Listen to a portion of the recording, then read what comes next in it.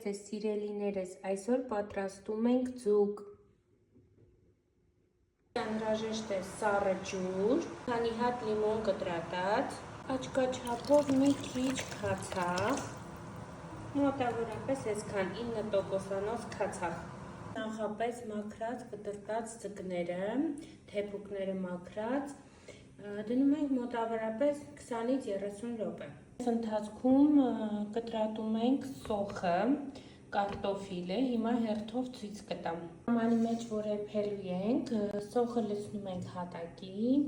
եւ հերթով սկսում ենք դասավորել։ Սովորաբար սիրում եմ թարմ պամիդոր կտրատել, բայց տվյալ պարագայում ձեռքից տակ չունեմ թարմ պամիդոր, անում եմ պահածոյացված պամիդոր։ Մի քանի հատ կծու բիբար, կարող եք նաեւ քաղցր բիբար, մի քանի հատ թարխուն,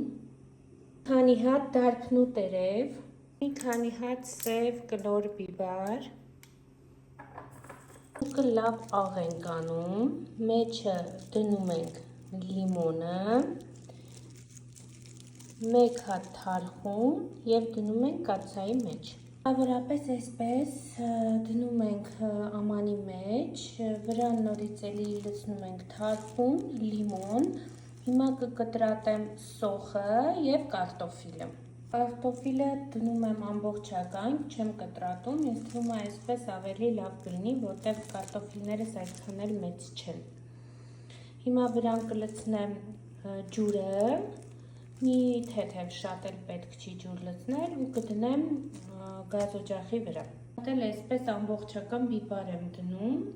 ըստ սիրելու վրա, եթե կուզեք դրեք, եթե չէ, չէ։ Քանի հատ կարագ ենք դնում, քանի որ ձուկը սիրում է կարագ, յուղ սիրում է։